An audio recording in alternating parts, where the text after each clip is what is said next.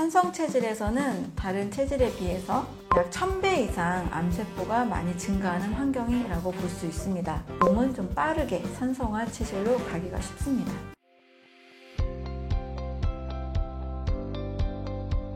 암이 잘 생기는 몸은 어떤 몸인가요? 굉장히 스트레스를 많이 받고 예민한 상태 분들이 암이 좀 잘 생기는 요소가 될 수 있습니다. 예민하다는 것은 교감신경이 많이 항진된 거예요. 모든 예민한 분들을 이야기하는 것은 아닙니다. 예민한 상태가 너무 오랫동안 지속이 되는 거죠. 뭐 작은 거 하나에도 막 굉장히 강하게 반응하고 그러면서 좀 잘 웃지 않을 때 항상 이제 경직이 돼 있고 뭐 남들에게 너무 맞춘다거나 내 할 말 하지 못한다거나 스트레스를 좀 오랫동안 많이 간직하고 있을 때 이럴 때 이제 몸이 굉장히 긴장이 많이 됩니다. 교감신경이 항진된 상태가 이제 오래 지속이 되는 건데요. 이럴 때는 이제 면역의 스위치가 꺼져 있다 이런 표현을 많이 씁니다. 면역 세포들은 부교감신경의 작용을 받았을 때 NK세포나 다양한 림프구, 항체들, 대식세포들이 면역작용을 활발하게 합니다. 그래서 웃음 치료를 하잖아요. 암 환자분들에게. 웃을 때 몸에 엔돌핀, 도파민, 좋은 호르몬이 나오면서 면역세포가 활발하게 활성화되는 쪽으로 움직이게 됩니다. 따라서 좀 암이 잘 생기는 이제 체질이다라고 한다면 약간 성격적인 부분을 조금 더 비중을 두게 되는데요.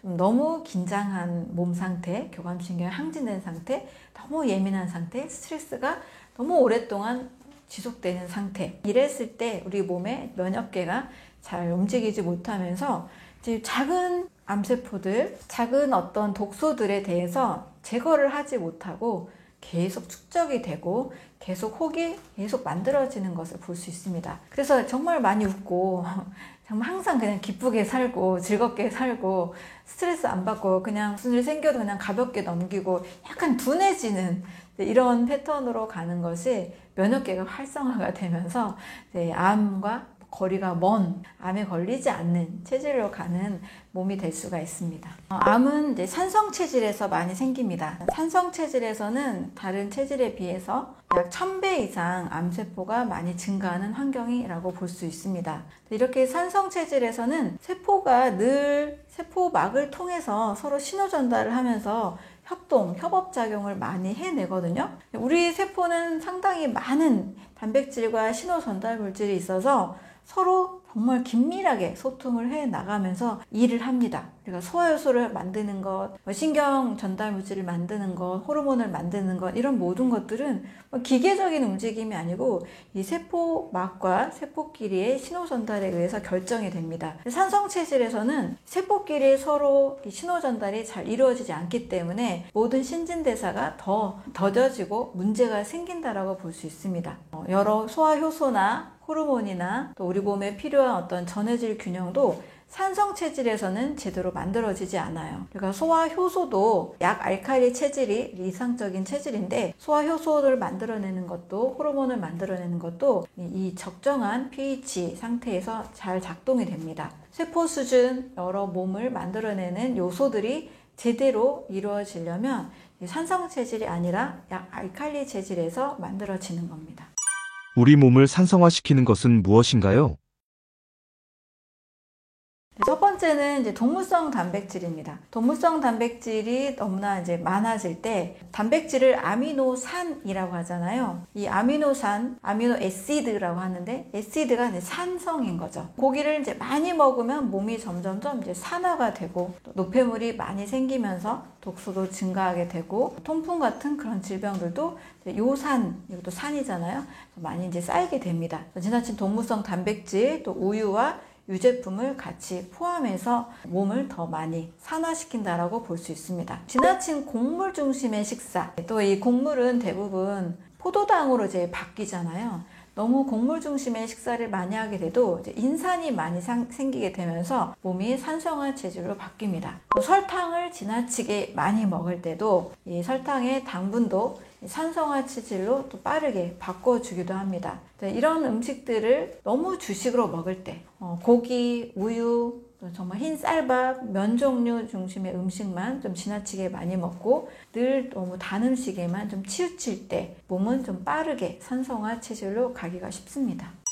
손상된 세포의 DNA를 복구하는 식물 영양소는 무엇인가요?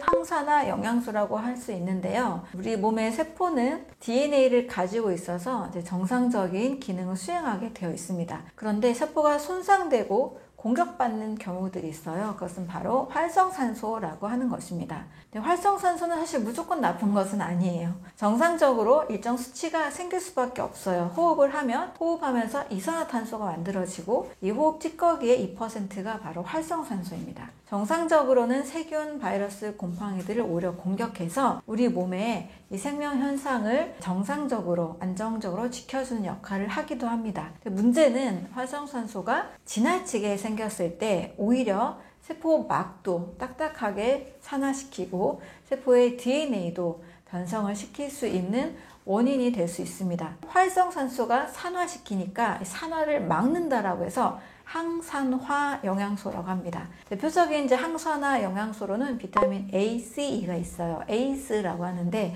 ACE가 활성산소를 굉장히 제거해주는 역할을 합니다. 비타민 A나 C는 세포 밖에서, 또 비타민 E는 이중 지질막으로 이루어진 세포막의 활성산소를 제거해주는 역할을 하고 있죠. 그런데 이런 비타민 A, C, E는 주로 어디에 많이 있느냐? 네, 우리가 쉽게 접할 수 있는 과일과 채소들을 통해서 만날 수가 있습니다. 그런데 과일과 채소에는 비타민 A, C, E만 있는 것은 또 아닙니다. 과일만이 가지고 있는, 채소만이 가지고 있는 각각의 항산화 물질들이 있습니다.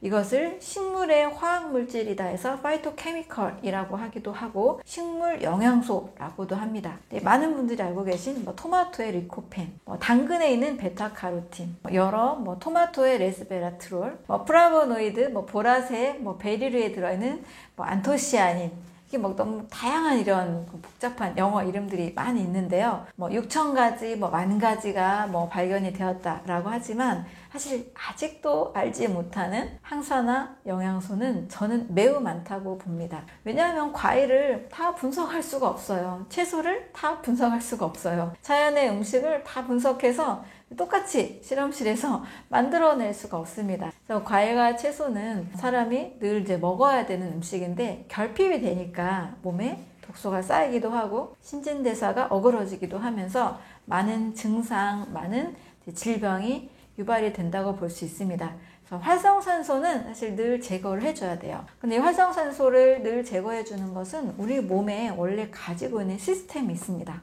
SOD라는 것, 카탈라제라는 것, 글루타치온이라는 것, 이런 것들도 우리 몸이 원래 가지고 있는 항산화 시스템이라고 볼 수 있습니다. 근데 이 항산화 시스템은 가만히 두면 알아서 잘 작동을 하느냐?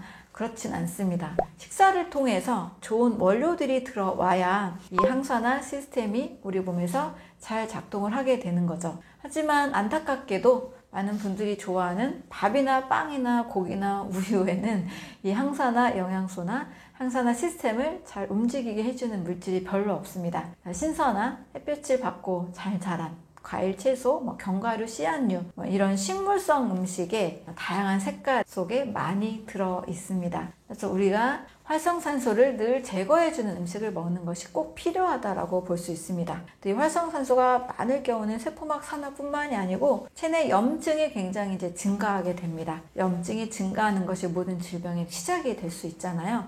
그래서 염증을 최소화시키는 식물 영양소, 항산화 음식들을 꼭 챙겨 드시기 바랍니다.